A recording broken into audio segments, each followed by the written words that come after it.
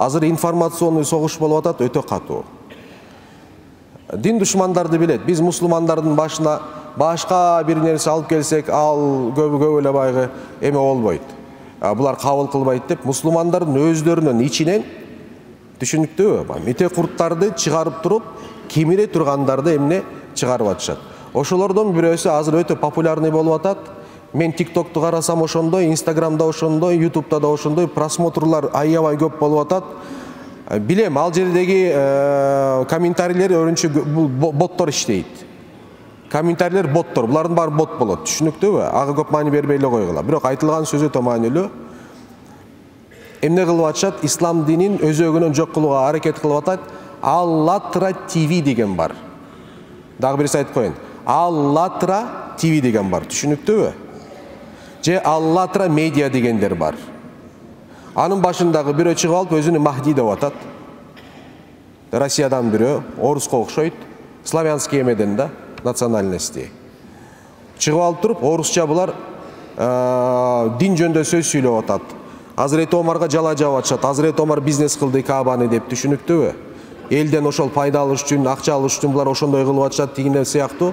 Өтө коркунучтуу, ошолорду уккан киши имандан чыга турган деңгээлде эмелерди жайып атышат. Ошон үчүн силерге чакырат элем. Бул соцсети пространстволордо дин жөнүндө маалымат албай эле койгулачы. Сен таныбаган бир жерден маалымат албай эле кой. Таныбаган бир ролик келдиби, ошол ролик ким сүйлөп атат?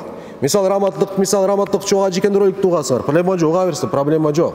Биз интернеттен албагыла деген сөздүн мааниси таанымал болгон бир устаздын каналы же айткан нерсе болсо ала бересиңер. Түшүнүктүүбү?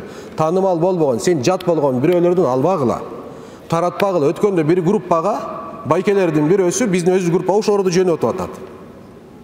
Элестетсеңер, мусулманский биздин группаларга жөнөтүп атат. Ошону алып алып туруп, ишенип алып, ошо амал кылгандар дагы бар. Ошондой турбайбы депчи.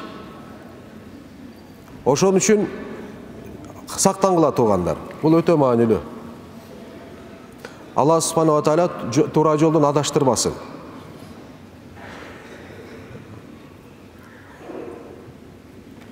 WhatsApp'ка сиздерге бир мисалы бир ролик келет, туурабы, дин боюнча. Аягына чейин укпай эле, башын угат дагы сразу репост кылат да. Аягына чейин угуп көр биринчи.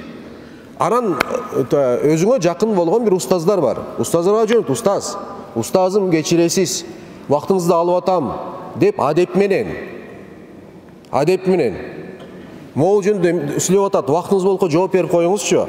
Туурабы, туура эмеспи? Туура, жакшы десе, анан репост кыла бер. Өтө маанилүү бул нерсе.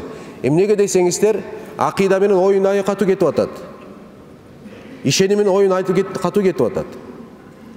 Сенин ишенимиң туура эмес болсо, кылган намаздарың, берген садакаларың, изгиликтердин баары, ибадаттардын баары текке кетет. Ачык эле айтам мына азыр могу жерде. Ачык эле айтып атам силерге. Акыйдаң бузук болсо, эч бир намазың кабыл болбойт сенин. Могу жерде отурган жума намазың да кабыл болбойт. Ошон үчүн жөн эле репост кыла бербегиле. Текшергиле маалыматтарды.